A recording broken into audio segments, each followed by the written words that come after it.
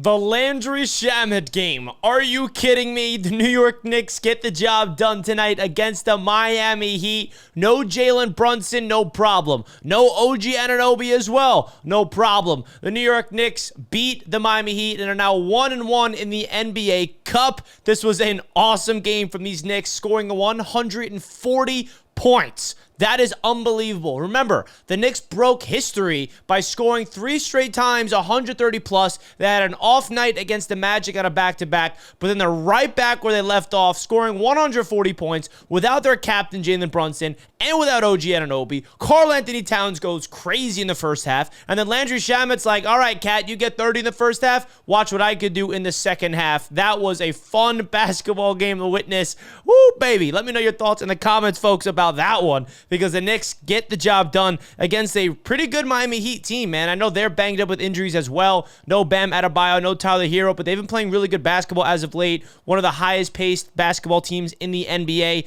Eric Spoelstra got them playing a new brand of basketball for them, but Mike Brown makes the adjustments. We got people stepping up, and the best part about this Knicks team is what we saw tonight is that next man up mentality. When your captain goes down, who was going to be the guy to step up? Everybody had their eyes set on Karl-Anthony Towns, but there had to be a guy next to KAT. And who would have thought it was going to be Landry Shamet out of all people? So huge shout out to Landry Shamet, man.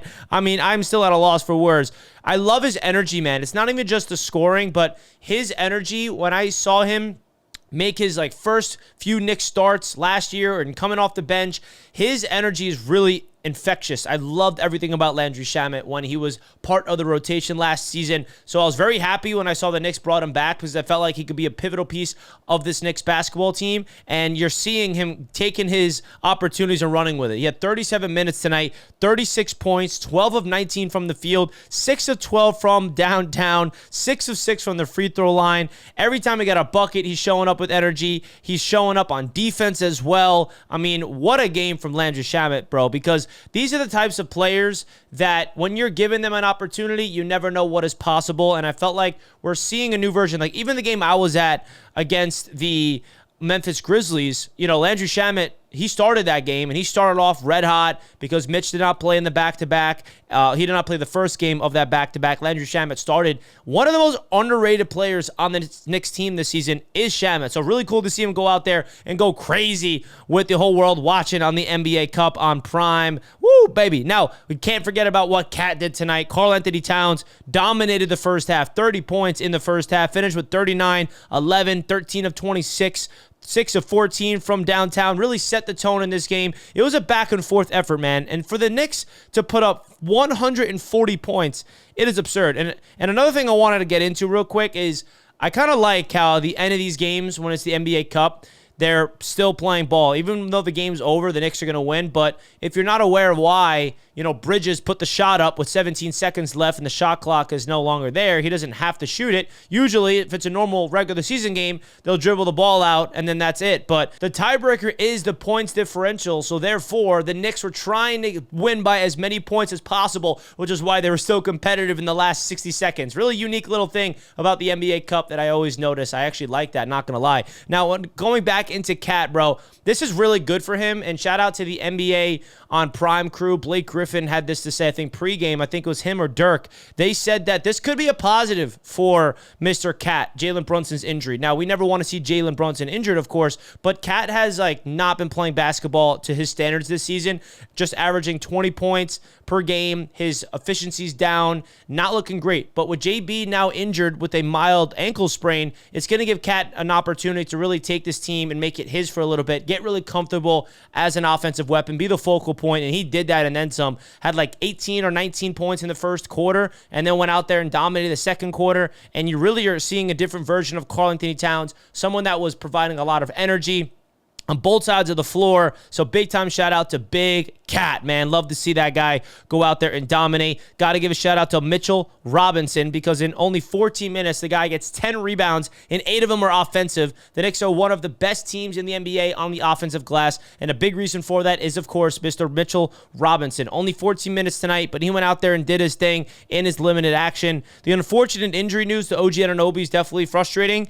In 5 minutes, he tweaked his hamstring. So without OG tonight and Jalen Brunson, the Knicks were able to get the job done. But now 2 of their starters are injured for the next few weeks. And, we won tonight. But, this is the one thing I'm concerned about is, of course, injuries. That's something that we want to be able to be healthy. But the good news is it's November 14th, and we have a long way to go before the playoffs. The only thing we should be hopeful for is that these Knicks are at 100% health when it matters the most in April, heading into May and June, of course, which we're hoping for. So it's cool to see that the best part about this Knicks basketball team is the depth, that we have guys that can step in and fill in for OG, and guys that can fill in for Jalen Brunson. Deuce McBride slid into the starting lineup tonight. Didn't really have a great night, Deuce McBride, but hey, he did his job in 29 minutes, had 9 points, 4 assists, and 3 rebounds for Deuce McBride. Mikal Bridges, he definitely did not have a great night from an efficient standpoint. 15 points, 5 assists, 5 rebounds, but he did have 7 steals. That is Mikal Bridges, bro. You can shoot 6 of 21 from the field if you get 7 steals. Mikal Bridges is an absolute menace on the defensive end, always getting into the passing lanes. The guy is super long, getting out there, creating, forcing turnovers. That is something that we see Mike Brown preach big time. And another guy who stepped up off the bench was Jordan Clarkson. 24 points for Jordan Clarkson. A big-time game from him off the bench. That was fantastic to see. He was 3 of 6 from downtown. The fact that we have all of these guys stepping up and making plays like that, it is an absolute joy. So shout out to Jordan Clarkson. Really cool to see him go out there and really fulfill that potential off the bench. And then how could we forget about Josh Hart?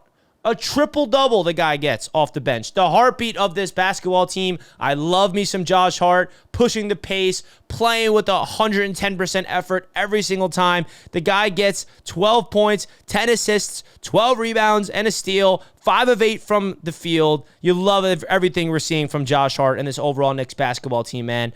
What a game, bro. And the Miami Heat, they play really fast. And the fact that the Knicks were able to, level up their pace, that was something you love to see. The Knicks scored 32 in the first quarter, 46 points in the second quarter. Unbelievable. 32 in the third, 30 in the fourth. Their offense was consistent all throughout the game, and they score 140 points. In today's NBA, that is needed. Defense is a lost art.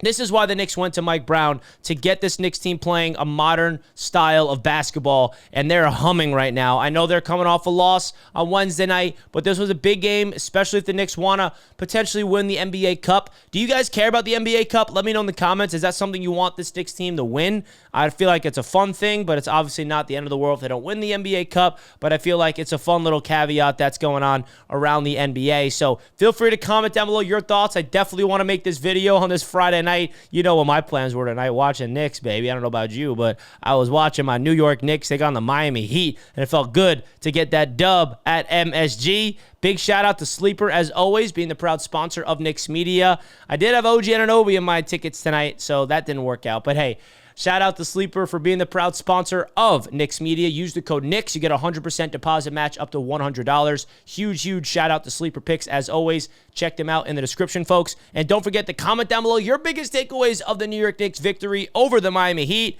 What a win for these New York Knicks. And now they go on the road for a big-time road trip. The Knicks do not have a win yet on the road, so hopefully they can take care of business on the road. I'll see you guys later, and let's go Knicks.